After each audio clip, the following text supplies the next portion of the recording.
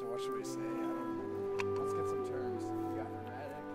Erratic. We got lateral moraine. Lateral moraine. That's what this is. Hey, there we go. Let's go on this specimen.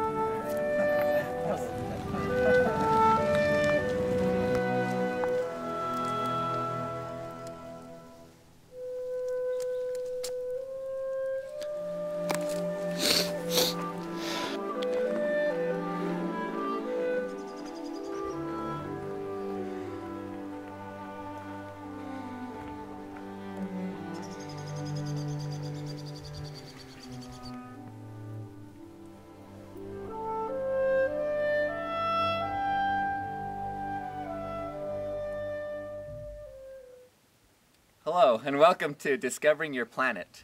My name's Ernesto. Right, we're your field geologists. I am Matthew. And now, today we're at Dry Canyon. Dry Canyon's a really interesting place, a lot of cool geology. In fact, most of the landforms we'll see today were actually formed by geological process. Particularly glaciation. But the interesting thing is, because the name itself is Dry Canyon, it's very indicative of what we refer to as global warming, but in this area. And it's happened over the last couple of million years.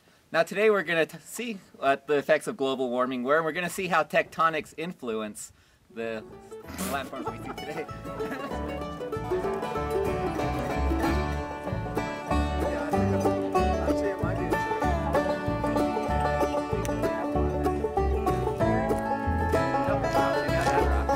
Yeah, you know, it's an interesting specimen here. Yeah, it really does look like kind of like rhyolite, extrusive rhyolite batholith. You know, I was actually thinking the exact same thing. You can tell because of this pinkish hue that it's actually got a lot of K feldspar. And it does have this kind of purplish hue, which does indicate that it probably is volcanic. Probably like mid-temperature volcanic. You know, and what tells me it's a batholith is there's a circular formation of rocks around here that kind of, they're very similar rock types, which is indicative of a batholith. In fact, yeah, and the reason you can tell it's a batholith and not a laccolith is because you have this round feature. Laccoliths tend to be more flat and they tend to be more regionally focused, while here we have an area of about 10 feet by, I don't know, 30 feet, something like that. Okay, it looks like I've got a good sample of our batholith.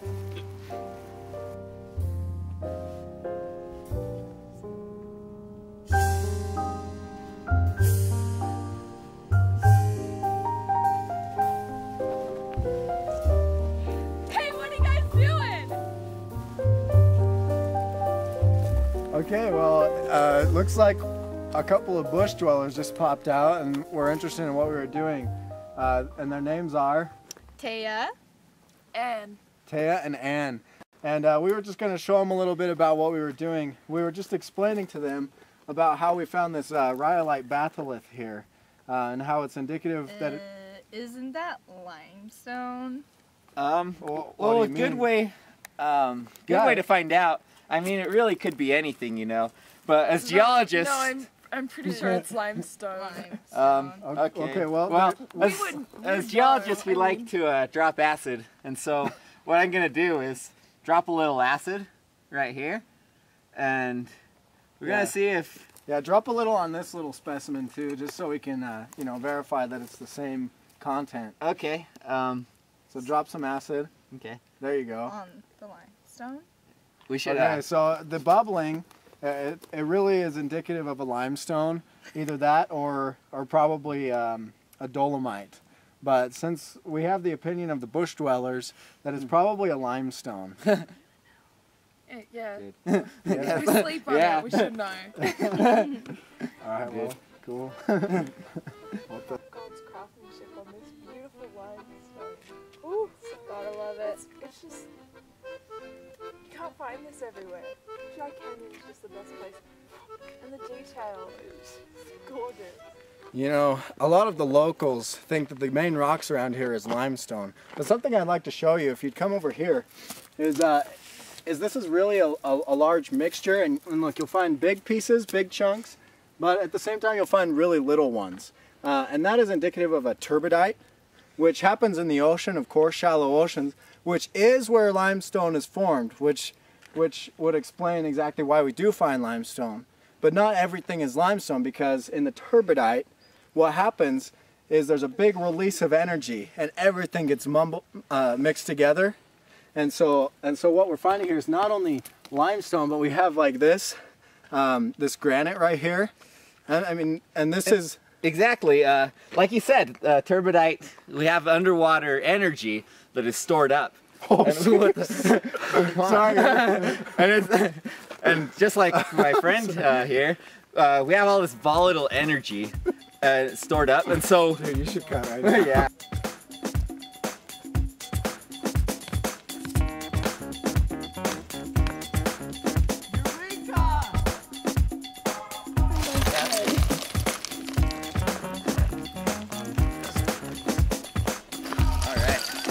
I'll just pick up this rock right here.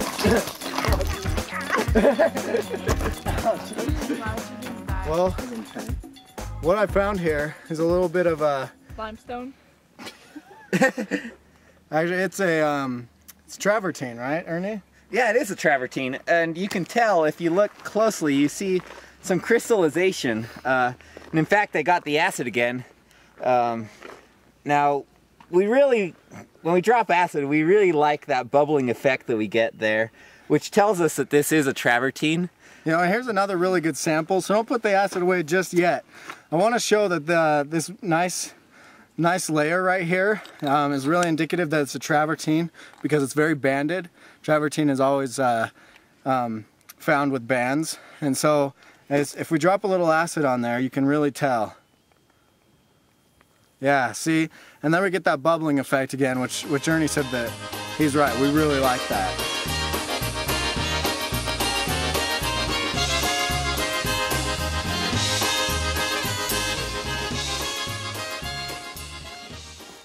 No, they're like little things. Watch for snakes, dude. Oh yeah.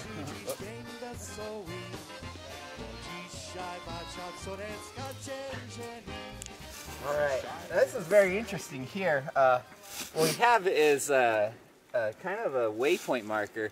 As you know, the pioneers, as they crossed through this canyon, they would leave markers so that fellow travelers would be able to know where they were coming from and where they were going.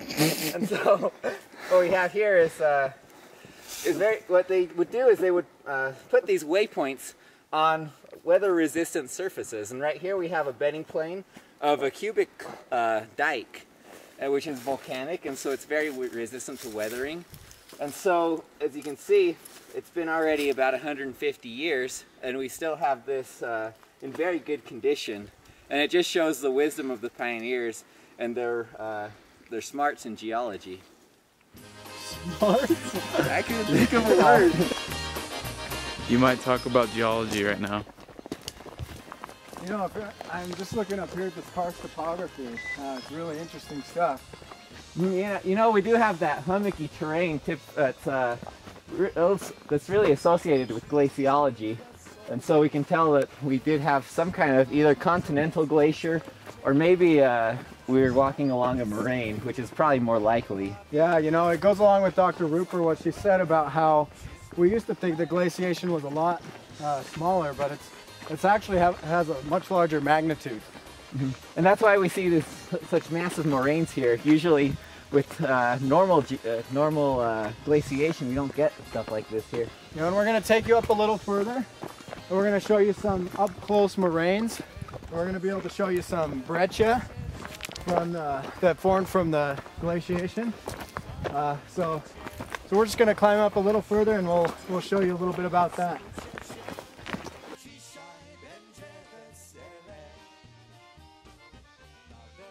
You know, if you look up here at this karst topography, especially this larger output right here, you can see the sun hitting directly on it. You know, the interesting thing is thousands of years ago, the natives of this country would climb up there, and they carved it out just right. So at this time of the year, the sun would hit it just like it's hitting it right now in that little crack we see. And it was very representative of their religious context. And it also tells a lot about their scientific views, because they were so scientifically advanced that they were able to use the natural cleavage planes in the rock to be able to align it so that it would shine directly with the sun, which is very interesting, very advanced civilization.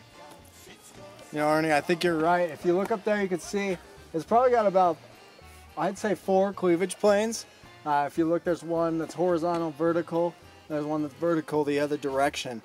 You could see about 4 of them. In fact, actually, they are debatable. Some scientists say that there are actually only 2 cleavage planes, and that the other 2 are actually foliated beds that are sideways. Right, but I think we could both, me and Ernie are both in accordance that it is indeed 4 cleavage planes.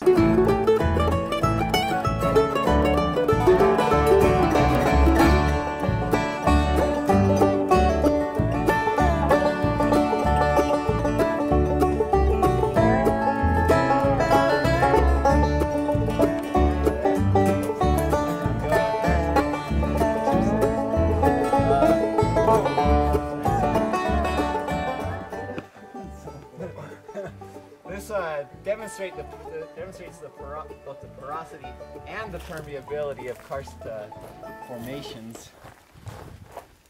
It's kind of dead, man. Dude, it rises. You're actually going up there? Oh, dude, I'm going off. You going? This is kind of messed up, though, huh? Misery loves company, I guess. Yeah, man. Or death, I don't know. Dude, it smells like a skunk. I'm out of here. It smells like a skunk in there. That'd be...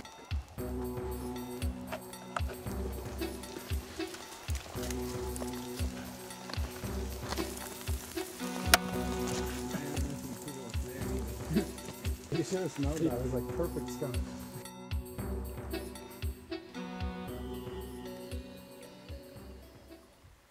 Now that cave you just saw, we were trying to climb up to examine it a little more, but there came out a funny skunk smell, so we decided not to pursue it too much.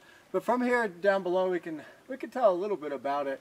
As we mentioned before, this is clearly karst topography, and so we could tell that cave, even though this is karst topography, the reason that it has stayed and the rest has weathered and eroded away is because this is clearly a volcanic extrusion.